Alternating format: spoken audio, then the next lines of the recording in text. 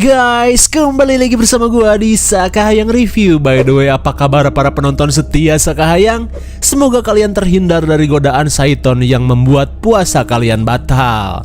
Karena pastinya Saiton akan menggunakan segala cara untuk menyesatkan manusia. Karena pada video kali ini Sakahayang akan mereview sekaligus membahas sebuah film yang malulu kalian request, bahkan saat film ini masih tayang di bioskop. Cik atau kalem, akhirnya dibahas juga kan karena sudah nongol di Disney Plus Hotstar, di mana film ini berjudul Kodrat 2022, bercerita tentang seorang ustadz bernama Kodrat yang berusaha kuat dari segala macam pengaruh iblis yang ingin menyesatkannya. Apalagi keadaan semakin diperburuk dengan banyaknya keanehan yang terjadi di tempat pesantrennya didirikan. Penasaran dong atau malah sudah nonton bang? Biah peduli pagong. Oke lah, daripada kalian kelamaan sampai kalian amuk-amukan pengen cepet-cepet beli baju bedug, mending kita langsung saja ke pembahasannya. Dan jika kalian suka dengan channel ini seperti biasa, silahkan subrek aja biar gak ketinggalan video menarik lainnya dari Sakahayang. Persiapkan mental kalian karena film kita akan awali dengan prosesi ruqyah mengerikan yang dilakukan oleh Ustadz Kodrat kepada putranya.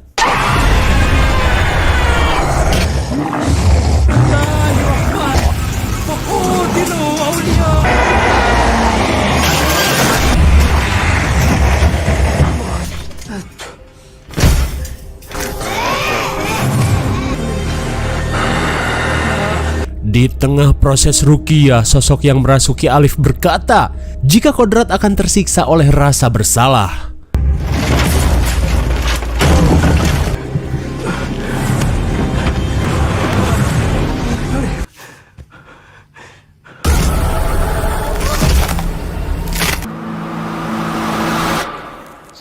Sontak Ustadz Kodrat yang mirip Pinoge Bastian pun syok parah saat melihat putranya tewas terfatality.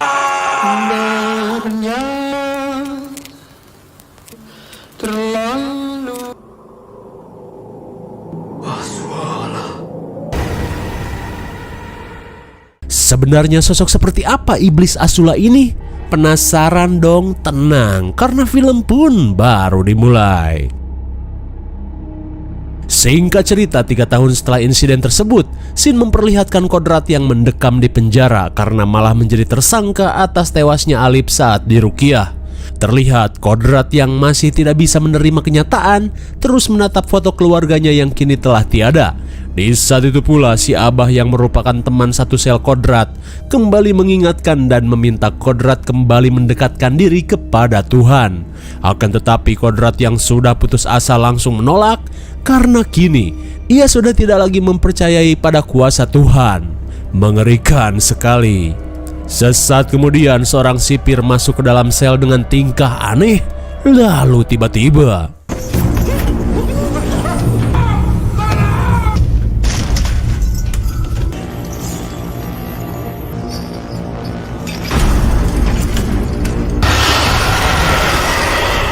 tanpa diduga, sipir ini telah dirasuki sosok iblis Aswala dan berusaha menghabisi Kodrat.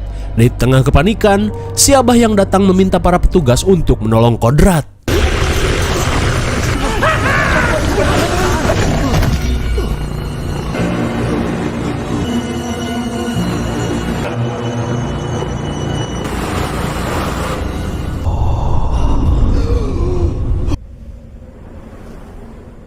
Aneh sekali, Kodrat yang siuman pun heran saat tiba-tiba mengenakan ihram dan berada di padang pasir yang sangat luas. Di tengah teriknya matahari, Kodrat yang kebingungan berusaha mencari bantuan.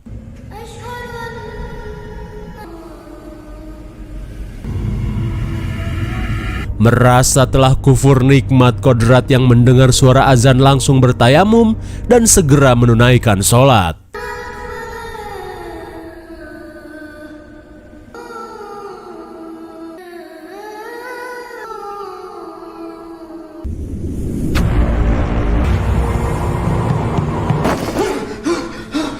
Rupanya apa yang Kodrat alami merupakan perjalanan spiritual saat dirinya mengalami mati suri. Terlihat Kodrat pun panik saat tersadar di kamar mayat.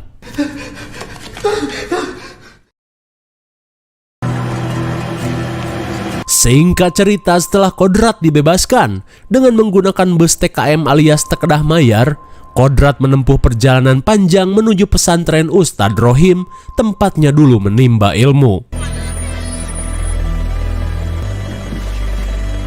Sebelum melanjutkan perjalanan dengan berjalan ceker, Kodrat terlihat menatap ke arah seorang bocil yang terus menangis. Dan tanpa diduga setelah mengalami mati suri, kini Kodrat mampu melihat makhluk tak kasat mata, bak anak IndiHome.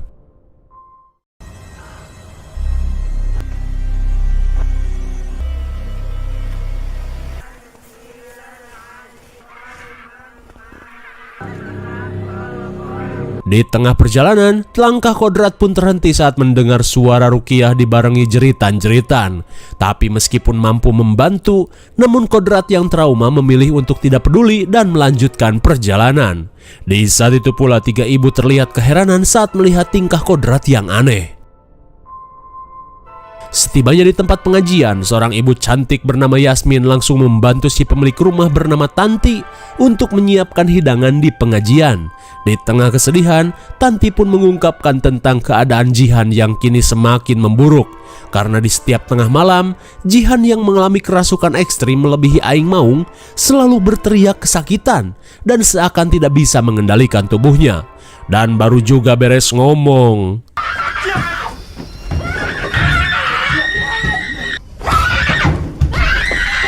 sambil menahan tangis, Tanti yang tak tahu harus bagaimana berusaha menenangkan putrinya tersebut.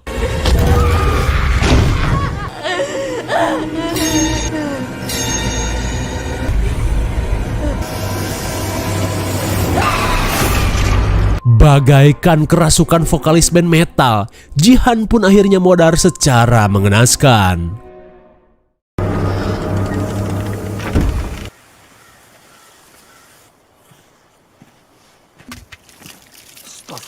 Di sisi lain, Kodrat yang sampai di area pesantren pun heran saat melihat kondisi pesantren yang tandus dan tak terawat. Lalu tiba-tiba datanglah si Jabrik yang terlihat sok keras dan menanyakan maksud kedatangan Kodrat ke tempat ini. Tapi di saat itu pula, Randi Pangalilah si Jafar mengenali Kodrat dan langsung menyambut kedatangannya. Dan langsung mengajak Kodrat untuk menemui guru mereka yang kini terbaring sakit. Setibanya di kamar Ustadz Rohim, Jafar pun mengungkapkan jika guru mereka jatuh sakit sejak kematian Alif, anaknya Kodrat yang tidak wajar. Dan Ustadz Rohim yakin ada campur tangan sosok jahat. Tak cuma itu, sakitnya Ustadz Rohim berimbas buruk pada warga desa yang mengalami paceklik dan gagal panen berkepanjangan. Parahnya lagi, gangguan gaib seperti kerasukan yang kini terus-menerus dialami oleh warga desa. Lantas Jafar pun menanyakan tentang kemampuan khusus yang Kodrat miliki setelah gagal meruqyah Alif. Mendengar hal itu, Kodrat pun termenung. Apalagi ia merasa jika sakitnya Ustadz Rohim berkaitan dengan iblis Aswala yang pernah ia hadapi. Sesaat kemudian, Jafar yang harus melakukan ruqyah di rumah warga meminta Kodrat untuk menjaga Ustadz Rohim.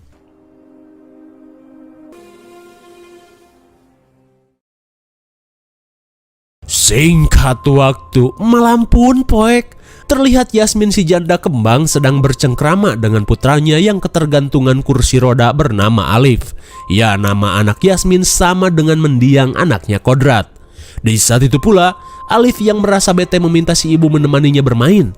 Akan tetapi si ibu yang tidak ingin ketinggalan berita kelanjutan kasus anak pejabat pajak meminta Alif untuk segera tidur.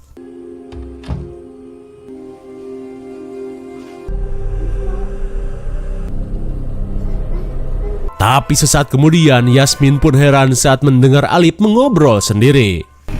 Temennya siapa ya?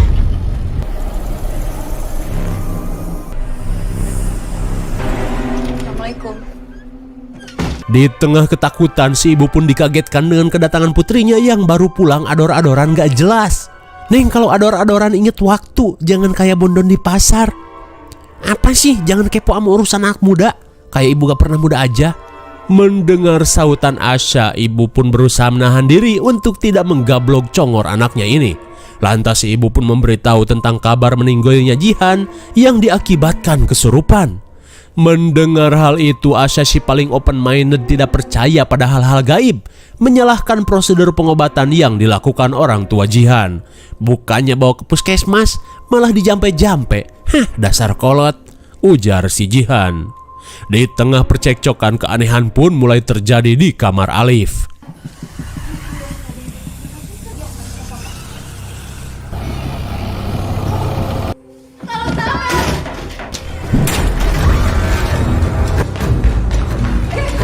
Melihat Alif yang terkapar di dekat lemari, Asya dan si ibu langsung membopongnya ke atas kasur. Melihat keanehan yang tak manuk di akal si Asya, ia pun langsung pergi. Di keesokan harinya, Asya yang akan berangkat sekolah menyempatkan diri membantu si ibu merawat Alif. Tapi karena besok UTS, si ibu pun menyuruh Asya untuk cepat berangkat.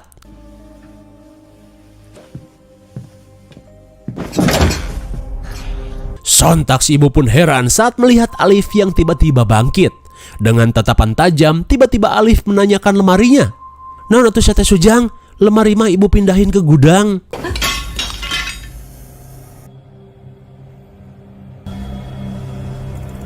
Tanpa si ibu sadari, Alif telah dirasuki sosok penghuni lemari.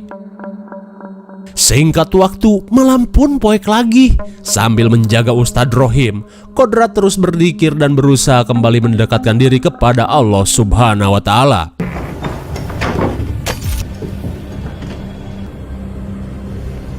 Tiba-tiba Kodrat pun merasakan firasat buruk saat melihat fotonya bersama Ustadz Rohim terjatuh. Di sisi lain, si ibu dan Asya terlihat mencari-cari Alif yang entah kemana. Ibu sama Kak Asya nyari kamu kemana-mana loh. Melihat kelakuan Alif yang aneh, si ibu yang muak akhirnya berkata jika si ayah yang selama ini Alif sebut-sebut itu sudah meninggal. Lalu tiba-tiba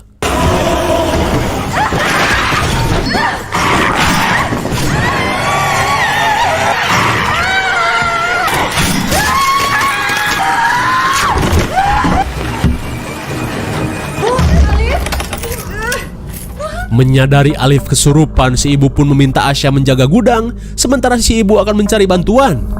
Singkat cerita, ketika Kodrat membuka gerbang pesantren, ia pun heran saat melihat Yasmin meminta bantuan untuk meruqyah anaknya.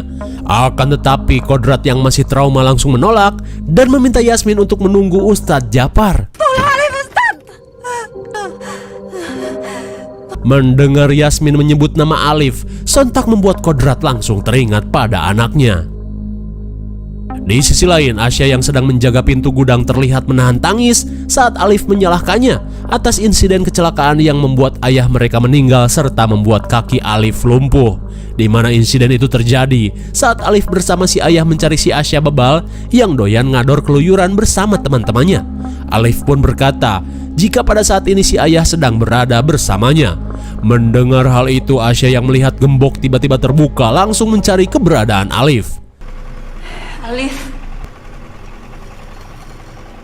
Mendengar suara Alif di dalam lemari, Asya pun berusaha membujuk adiknya untuk kembali ke rumah. Tapi tiba-tiba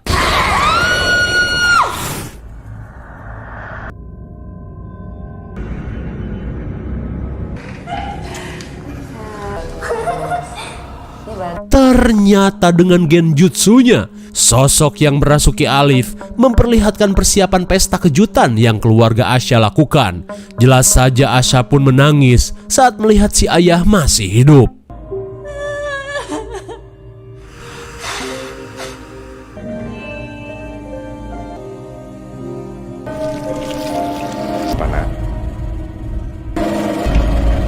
Saat Asya masih mampu melawan genjutsu, makhluk itu langsung menuntun Asya untuk kembali memotong kue.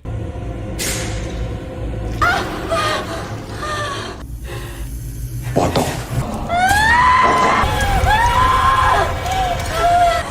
Asya. Sontak si ibu pun syok parah saat melihat Asya yang terluka parah. Lantas Kodrat berusaha membebaskan Asya dari genjutsu iblis.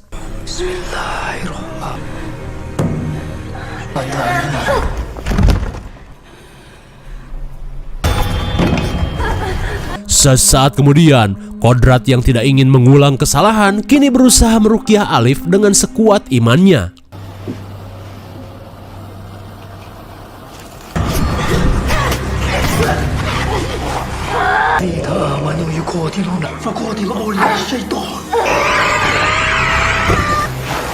Sebut namamu. Namamu. Tajalul Musta'an.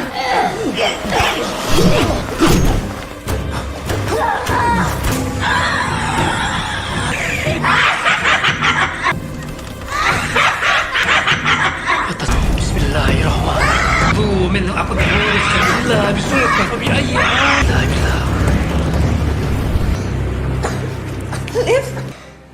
Terima kasih Allah. Setelah adu mekanik bagaikan Ustadz Wiro Sableng, akhirnya Kodrat berhasil melakukan ruqyah Alif. Singkat waktu, di tengah perjalanan pulang, langkah Kodrat pun terhenti saat merasakan aura aneh yang menyeruak. Aswala. Sontak Kodrat pun tak bisa menahan amarahnya saat melihat wujud iblis Aswala. Tapi tiba-tiba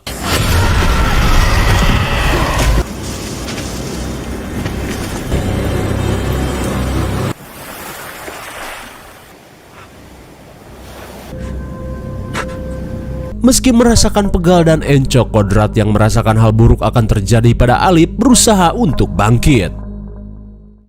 Di saat itu pula keanehan pun mulai terjadi di rumah Yasmin.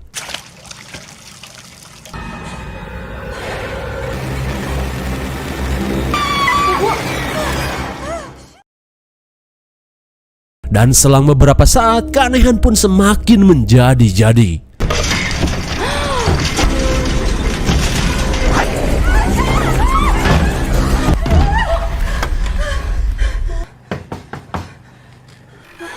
Malam. Tapi anehnya kesurupan Alif langsung terhenti saat Ustadz Jafar datang. Sesaat kemudian Jafar yang akan membawa Alif ke pesantren tiba-tiba dihadang oleh Kodrat. Mana Alif? Di tengah kepanikan, Kodrat mengungkapkan jika ia harus segera menolong Alif agar iblis Aswala tidak menjadikan Alif sebagai korban berikutnya. Akan tetapi, Jafar yang tak ingin Kodrat mengulangi kesalahan langsung menolak, apalagi ia merasa jika Kodrat hanya berusaha menuntut balas pada si iblis atas kematian anaknya. Di keesokan harinya, Asya pun curcol kepada Kodrat tentang penyesalannya yang tak mempercayai hal gaib dan agama. Dan kini ia mulai mempertanyakan tentang takdir Tuhan, di mana ia merasa Tuhan terus menguji keluarganya dengan cobaan yang bertubi-tubi. Mendengar hal itu, Kodrat pun berkata jika takdir yang Tuhan berikan merupakan jalan terbaik untuk umatnya dan Tuhan tidak akan memberikan cobaan melebihi batas kesanggupan umatnya.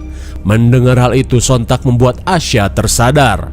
Hingga di tengah obrolan, terlihat ayah Jihan yang sedang menenangkan istrinya di pinggir jurang tiba-tiba ngamuk dan menghampiri Kodrat yang satu pesantren dengan Jafar. Si ayah pun muak dengan Ustadz Jafar yang telah menjual agama demi memperkaya diri, dan Jafar selalu memeras harta warga setelah melakukan ruqyah.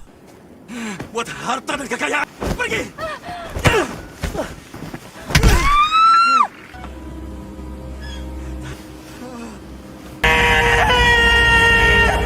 Sontak mereka pun syok parah saat melihat Tanti terjun bebas ke jurang akibat trauma.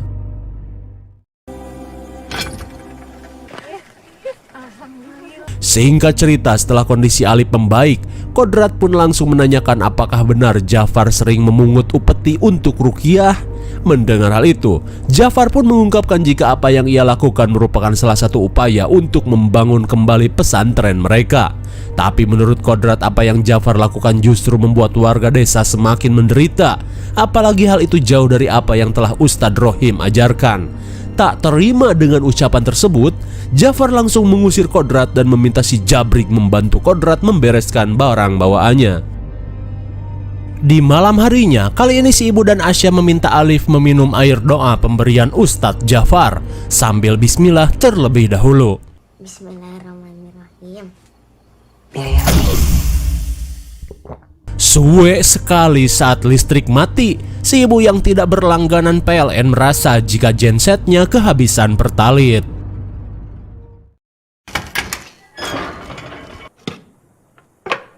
Di tengah suasana mencekam, si ibu segera mencari sekompan pertalit cadangan. Tapi tiba-tiba, si ibu kembali mendengar suara aneh dari dalam lemari.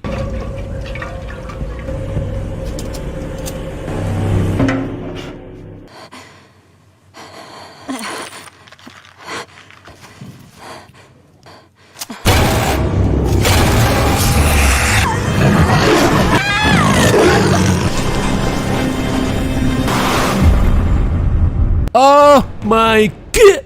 Si iblis Aswala merasuki si ibu melalui luka di pundaknya.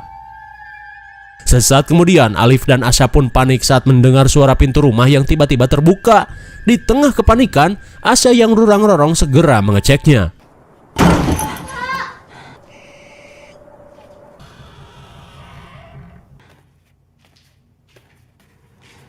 Bu.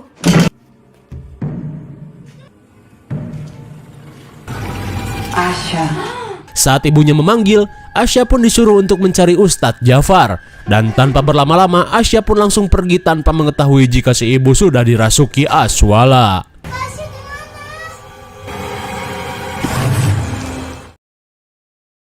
Di sisi lain, Kodrat yang berpamitan pada Ustadz Rohim tiba-tiba mendengar suara Ustadz Rohim memanggil namanya. Lantas Ustadz Rohim membisikkan sesuatu dengan kalimat Jafar berhala. Mendengar hal itu, Kodrat pun merasa jika ada yang tak beres di pesantren ini. Dan saat Kodrat akan pergi, ia pun menanyakan keberadaan Jafar sekali lagi.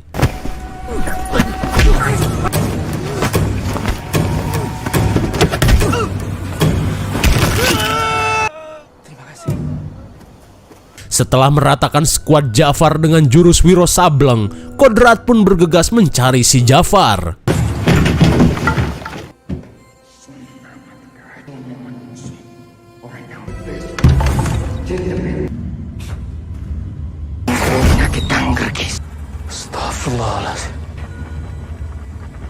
Eta si gobloy. Kodrat pun syok parah saat melihat Jafar selama ini bersekutu dengan iblis.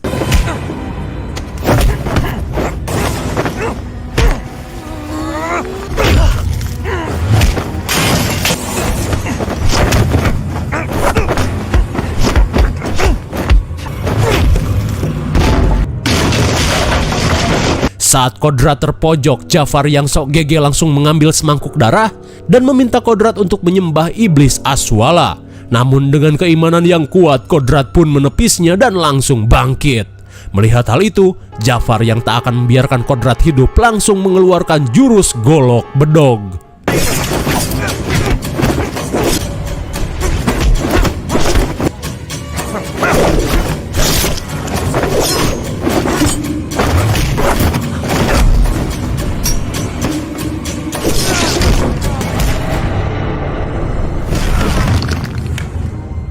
Akhirnya, dengan perpaduan jurus Wiro Sableng dan Zoro, Kodrat pun berhasil membuat Jafar terkapar. Di saat itu pula Asa pun datang mencari bantuan. Di sisi lain, si ibu yang telah dirasuki Aswala terlihat akan membakar gudang rumahnya.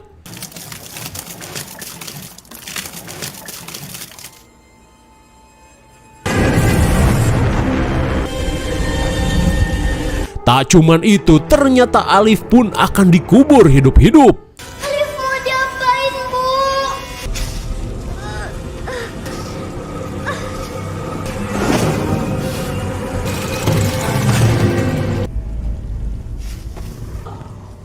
Asya. Dan saat Kodrat bersama Asya tiba, ia pun langsung menanyakan di mana Alif berada. Namun bukannya menjawab, si iblis justru yakin jika kali ini ia bisa menyesatkan Kodrat. Mendengar hal itu, Kodrat pun menyadari jika si ibu telah dirasuki iblis Aswala.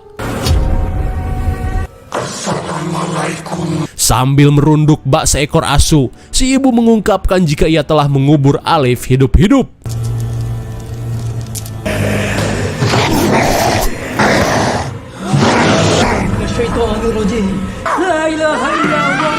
Saat si ibu diruqyah, Asya berusaha menyelamatkan Alif, tapi bukannya terukiah si iblis malah akan merukiah balik Kodrat.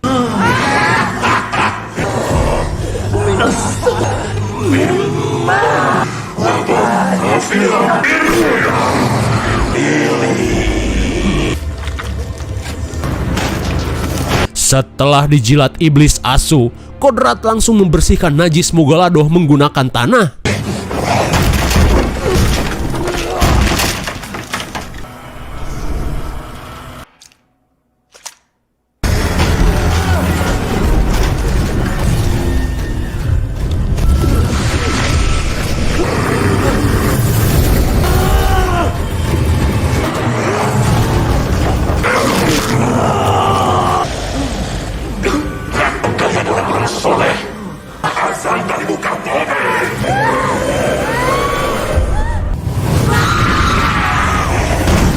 Di saat itu pula, Kodrat yang terluka parah sekuat tenaga kembali merukiah si ibu. La ilaha illallah wallahu akbar.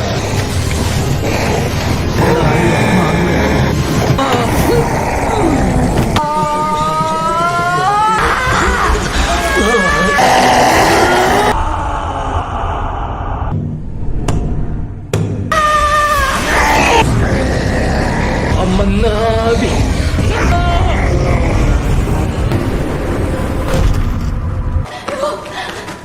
Akhirnya, setelah melakukan adu mekanik yang sengit, Kodrat berhasil membebaskan si ibu dari pengaruh si iblis. Dalam kondisi yang masih puyeng, si ibu pun panik saat melihat bekas galian di tempat tersebut.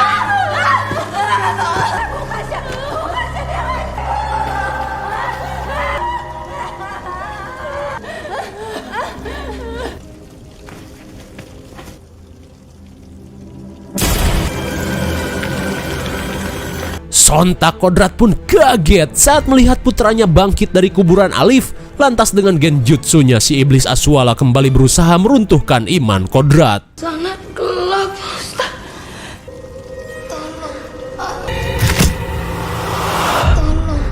Setelah mengingat hal tersebut, kini Kodrat berusaha mengikhlaskan anaknya dengan berkata, Inna lillahi wa inna ilaihi raji'un.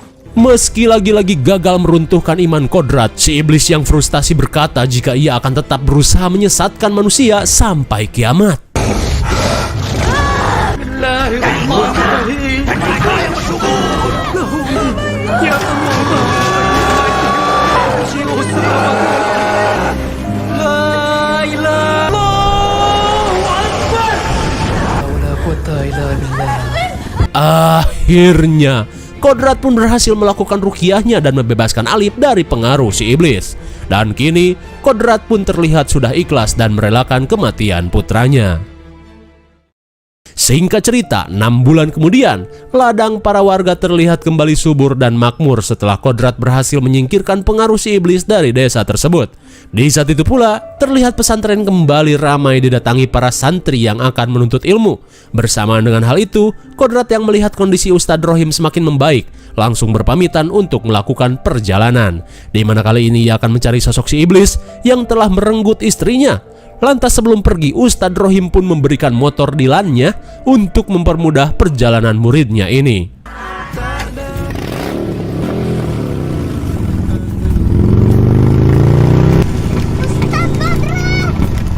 Di jalan, Kodrat pun terhenti saat keluarga Alif memanggilnya. Rupanya mereka ingin berpamitan sembari menunjukkan jika kali ini Alif sudah bisa berdiri. Kodrat pun tak bisa menahan haru saat melihat perkembangan Alif yang mulai bisa berdiri. Lantas setelah berpamitan, Kodrat pun bergegas melanjutkan perjalanan.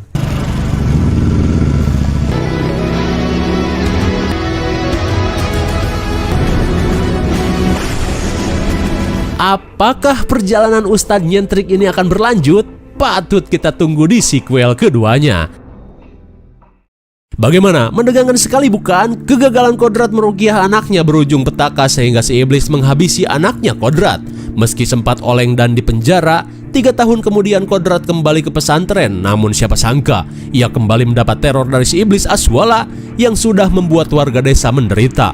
Tentunya semua itu diperkuat dengan Jafar yang diam-diam bersekutu dengan iblis itu.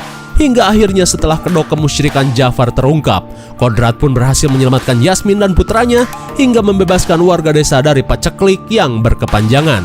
Namun di akhir cerita, Kodrat pun kembali mengembara dan ingin mencari sosok pembunuh istrinya. IMDb untuk film ini adalah 7,1 dan menurut Sekahyang cocok diberi nilai 7,8. Mungkin segini saja review dan pembahasan film Kodrat 2022. Jangan lupa like, share, subscribe. Thanks for watching and see you on next video. Bye bye.